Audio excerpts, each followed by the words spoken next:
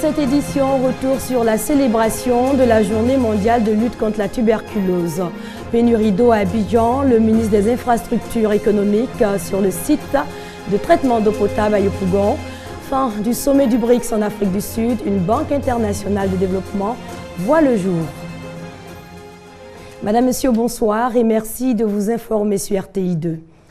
Plus de 9 millions de nouveaux cas déclarés chaque année dans le monde entier. La tuberculose sévit toujours, d'où le slogan « Halte à la tuberculose de mon vivant ». Il s'agit également du thème de la Journée mondiale de lutte contre la tuberculose, célébrée le 24 mars dernier. La cérémonie officielle s'est déroulée à Anyama. Le reportage de Grace Kando est dit par Hamza Diaby. À l'hôpital général d'Anyama, pas de politique véritable pour la prise en charge des malades de la tuberculose.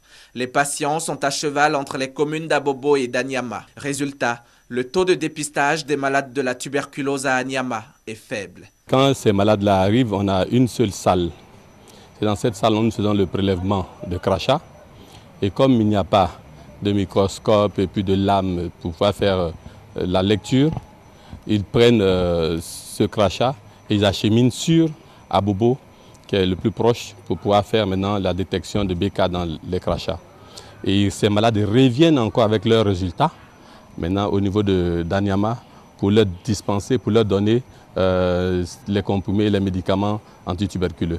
Cette maladie infectieuse qui s'attaque généralement aux poumons a été célébrée officiellement le 24 mars dernier à Tomodi. Celle de ce jour, célébrée à Anyama, a été l'occasion pour Goudou Kofi Raymond, ministre de la Santé et de la lutte contre le sida, d'inviter la population à agir pour l'avènement d'un monde débarrassé de la tuberculose. La tuberculose ne doit pas venir de moi.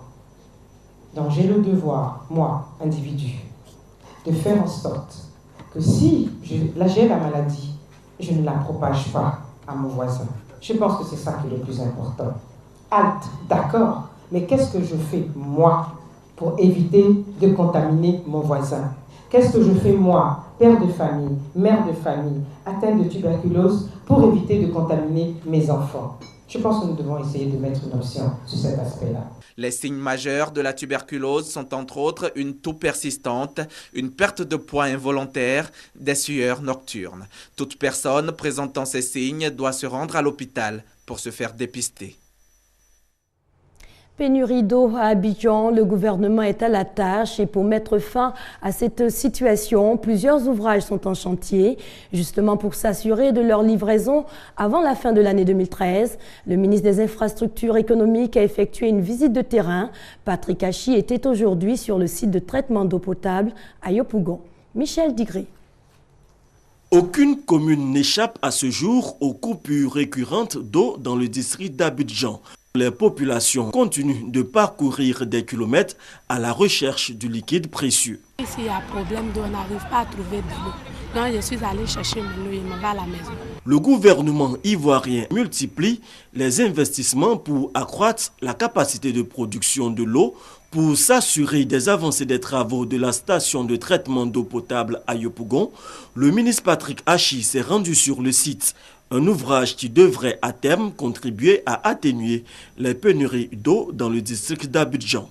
Nous allons construire une station neuve qui va nous permettre de produire 44 000 m3 jour d'eau potable en plus de la production actuelle. Donc nous sommes venus aujourd'hui nous assurer que chacun des lots de ces chantiers-là était suffisamment avancé et que la date que nous avons donnée de mise en service pour les populations de décembre 2013 serait tenue.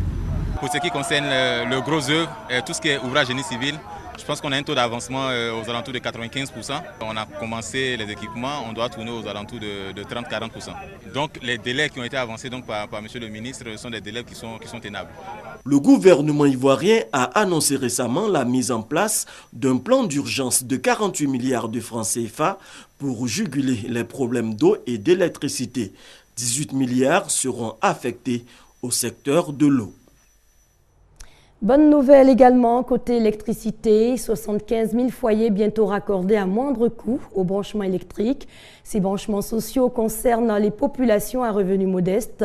L'opération lancée hier par le ministre des Mines, du Pétrole et de l'Énergie, Adama Toungara, est financée par la Banque mondiale et l'Union européenne. On reste avec Michel Digri.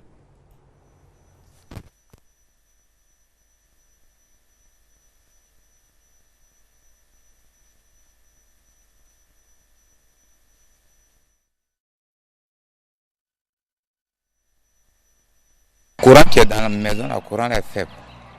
Parce que quand le courant est faible, ça ne peut pas jouer la musique et puis électrique.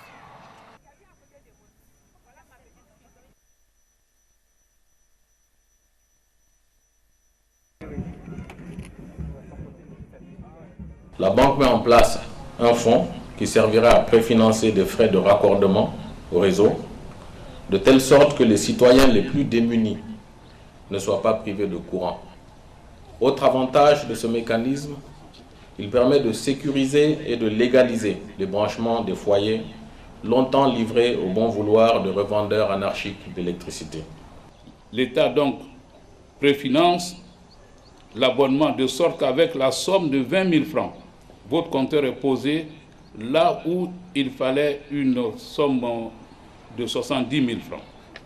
En retour, le demandeur rembourse l'avance que lui aura consenti le fonds en 13 bimestres maximum à raison de 5 000 francs par bimestre en moyenne. Veuillez donc nous excuser pour la mauvaise qualité de son au niveau de ce reportage. On poursuit ce journal, une page éducation dans ce journal. Et effectivement, les enseignants du primaire et le ministère de l'Éducation nationale sont enfin parvenus à un accord. La question de la grille salariale qui opposait les deux parties a enfin trouvé une issue heureuse. On écoute le compte-rendu de Juliette Ouya.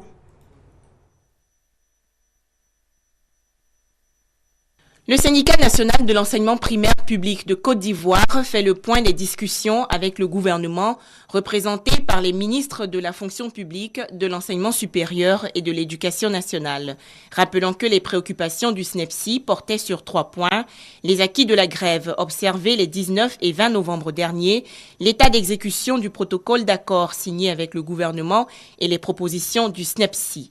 Le secrétaire général, Paul Nielou, a saisi l'occasion pour dire merci au gouvernement pour le règlement des indemnités et bonifications indiciaires des instituteurs. Le SNEPSI a également exhorté le gouvernement ivoirien à continuer à aider les enseignants du primaire. La lutte continue pour les points suivants. Les 60 points restants de la bonification et du reclassement, soit 25%, nous demandons au gouvernement de faire un effort supplémentaire pour son exécution d'ici fin juillet 2013. Nous demandons également que les arriérés de l'indemnité de logement, de la bonification indiciaire des instituteurs et du reclassement, des conseillers pédagogiques du préscolaire et du primaire soient payés 50% fin janvier 2014, 50% fin juillet 2014. On le constate, le dialogue social entre le gouvernement et le syndicat national de l'enseignement primaire public de Côte d'Ivoire porte ses fruits. Alors maintenant que tout est rentré dans l'ordre, place à la formation des instituteurs. Ce renforcement des capacités des enseignants du primaire se fera à distance. C'est une initiative du ministère de l'Éducation nationale en collaboration avec plusieurs organisations internationales. Ami Koulibaly Kanga. Former les instituteurs pour un meilleur rendement scolaire des apprenants. Ce renforcement des capacités se fera à distance afin que les enseignants des zones rurales puissent en bénéficier. Si le livre il ne change pas, la méthodologie que j'utilise, elle est adaptée au livre que j'ai. C'est lorsque les contenus seront nouveaux. À ces contenus nouveaux, il faut une pédagogie nouvelle. En ce moment-là, je pourrais mieux apprécier. C'est de trouver la méthodologie, la meilleure formule pour former les enseignants à distance. Ça veut dire quoi? Que l'enseignant peut rester chez lui et puis se former. La formation continue, un levier en matière de qualité et d'équité, va permettre d'actualiser les connaissances des enseignants. L'initiative francophone pour la formation à distance des maîtres, IFADEM, l'AIF et l'OIF conjuguent leurs efforts pour réussir ce pari. Avec cette formation, les instituteurs pourront accéder aux informations sur la culture, un apport indispensable à l'enseignement. Après analyse des besoins des participants, il sera question d'insuffler une nouvelle dynamique aux écoles primaires ivoiriennes. La question du sursalaire dans le privé au menu d'un séminaire, il s'agissait pour les participants, pour la plupart des étudiants en ressources humaines, d'échanger sur une possible harmonisation de ce supplément de salaire. Le reportage est dit par Ami Koulibaly Kanga. L'ouvrier mérite son salaire, a-t-on coutume de dire. Le salaire est la rémunération d'une tâche accomplie. Alors, qu'est-ce que le sursalaire ? Doit-on harmoniser le sursalaire?